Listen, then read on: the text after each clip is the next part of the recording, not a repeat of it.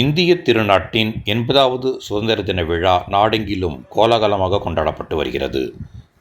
வீடுகளிலும் அலுவலகங்களிலும் பொது இடங்களிலும் தேசிய கொடியை ஏற்றி வைத்து மரியாதை செலுத்தப்பட்டு வருகிறது.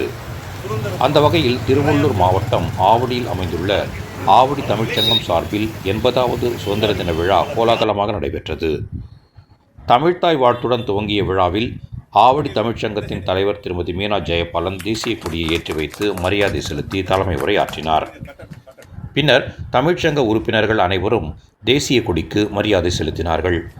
அதனைத் தொடர்ந்து கார்கில் போரில் பங்கேற்று பெருமை சேர்த்த திரு குழந்தை ஜேசு, திரு விஜயகுமார், திரு லயன் ஜலேந்திரன் ஆகிய மூவரும் கௌரவிக்கப்பட்டனர்.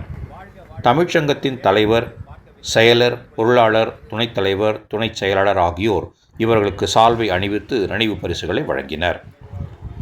சுதந்திரத்தின் அருமை பெருமைகளையும் அதை ஒற்றுமையுடன் பேணி பாதுகாப்பதின் அவசியத்தையும் தமிழ்ச்சங்கத்தின் உறுப்பினர்கள் திரு பழனிவேல், திரு ராமமூர்த்தி, திருமதி லதா, திருமதி கலை, ஆசிரியர் கண்ணன், திரு முனுசாமி, திரு கண்ணன், திரு முத்துராமன், திரு அனிஃபா, திரு மாரிமுத்து, திரு தமிழ்ச்செல்வன், திரு ஜெயபாலன், திரு சீதாராமன், திரு சதீஷ், திருமதி ஜெயந்தி ஆகியோர் உரையாற்றினர்.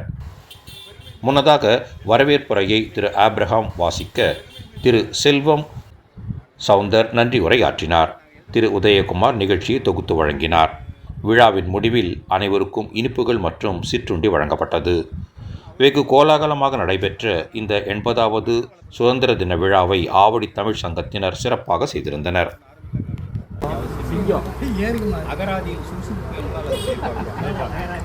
அகராதியில் வேலையை எப்படி முடிக்க வேண்டும் என்று நீங்கள் தேடினால் இவர் பெயர் தான் கிடைக்கும். கடமை என்று நீங்கள் தேடினால் இவர் பெயர் தான் கிடைக்கும். கண்ணியம் என்று தேடினால் இவர் பெயர் தான். கட்டுப்பாடு சொல்லிடுறேன்.